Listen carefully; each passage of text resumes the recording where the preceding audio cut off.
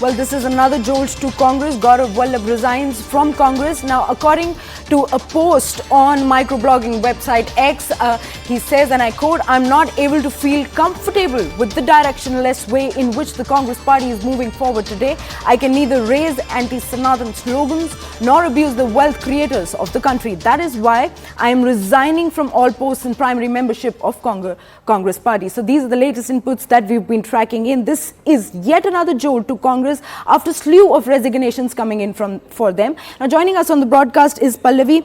Pallavi, help us understand the reasons. Well, we have just read out the tweet by Gourav Vallabh, but what more reasons are there pertinently to which he is resigned from Congress?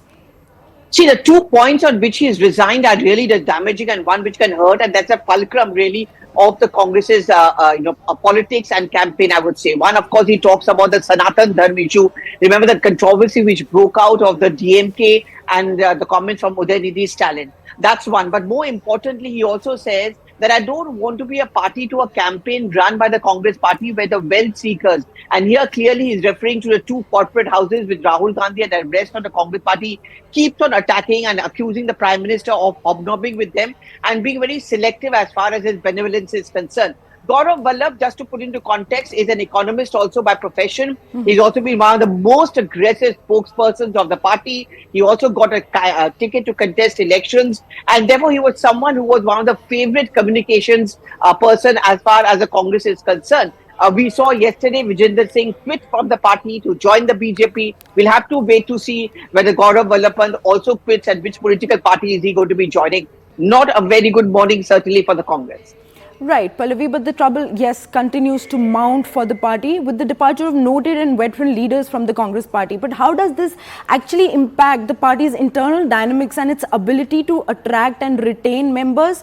Plus, in the run-up for the Lok Sabha... that's really been a problem which the Congress has been facing. Many of the relatively young people who have been quitting have said when they have gone that, there's no space for them, the inaccessibility of the Gandhis, and they don't see a future ahead. Our politicians always want to have a bright political future. They want to be on the side of power. Of course, the Congress is going to dismiss him off as being yet another opportunist. So I don't think the Congress is going to shed any tears for him. But, in the larger narrative of elections and campaign, yes, this would be seen as a huge setback and the inability of the Congress party to be able to keep his people together.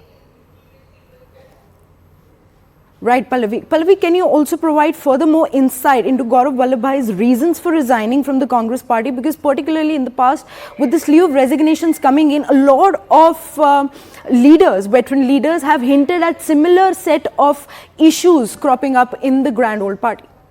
Well, we have to wait to see what soundbite he gives and if he addresses the media. But the two main points which he has raised in his resignation as he withdraws from the primary membership of the party is one, that I cannot be a part of the Sanatan Dharma, anti-Sanatan Dharma negative. If you remember Acharya Pramod Kishore, many other leaders of the Congress who have quit recently have always cited and accused the Congress of being anti-Hindu. The silence of the Congress party and defending the DMK initially has not gone down very well with these leaders. I think more than that, someone who comes in from economics background will, of course, must have been uncomfortable, as he mentions in his resignation letter. So, yes, yet another day of blow. In fact, I would say there would be another one possibly today. Sanjay Nirupam also is going to be doing a press conference later today. And he was expelled from the Congress party yesterday for anti-party activities for 6 years. Right, Pallavi, thank you so much for bringing in all those details and giving us a better context of the situation. Well, clearly, trouble seems to be mounting for Congress, and it is yet another jolt with yet another resignation. With that, we are slipping into a very short break. Stay tuned. We'll be right back.